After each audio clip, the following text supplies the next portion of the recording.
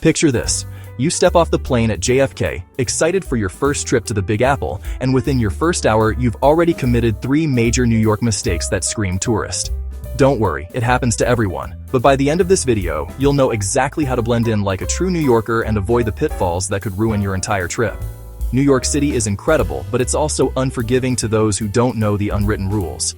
I've been coming here for years, and every time, I see countless visitors make the same costly mistakes over and over again. So today, I'm sharing the 10 things you should absolutely never do in NYC.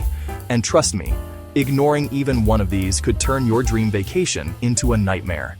But just a heads up before we dive in, some of the links below this video are affiliate links, which means I may earn a small commission at no extra cost to you.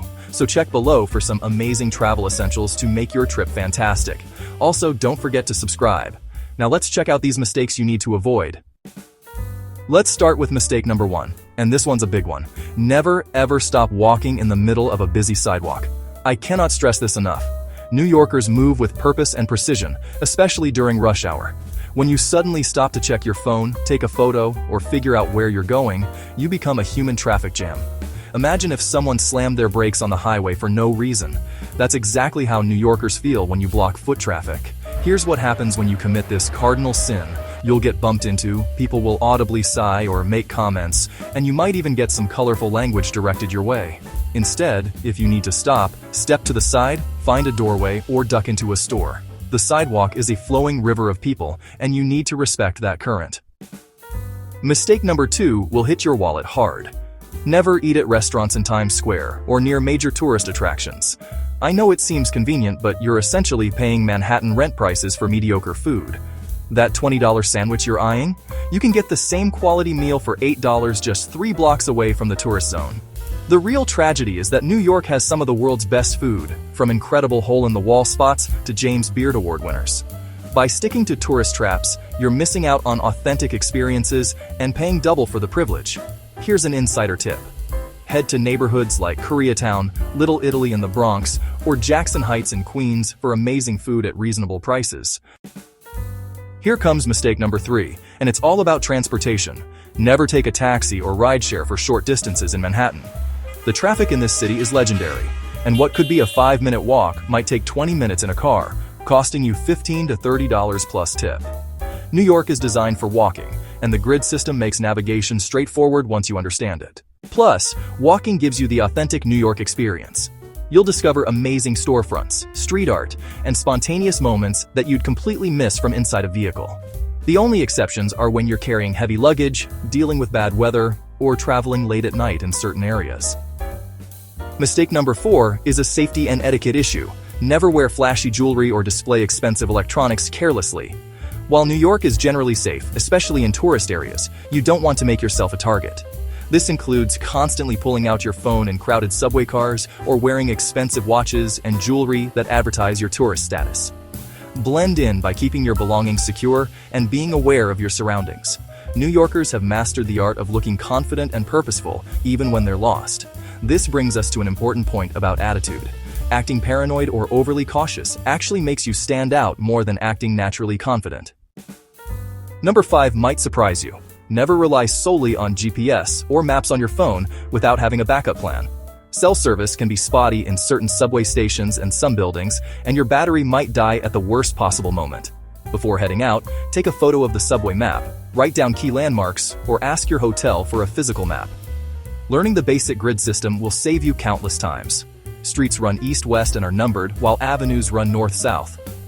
Most of Manhattan follows this pattern, making navigation logical once you grasp it. When someone gives you directions, they'll often reference this grid system, so understanding it makes you instantly more capable. Mistake number 6 involves subway etiquette, and breaking this rule will earn you genuine anger from locals. Never block the subway doors or try to board before people exit. This seems obvious, but I see tourists do this daily.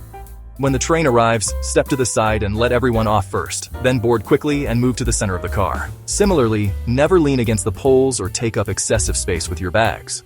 Offer your seat to elderly, pregnant, or disabled passengers.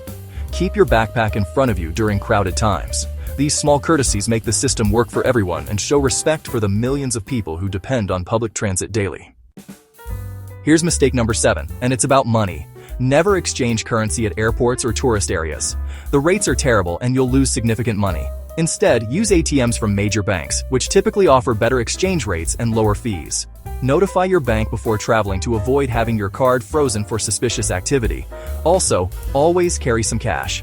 While most places accept cards, some smaller establishments, food trucks, and tipping situations require cash.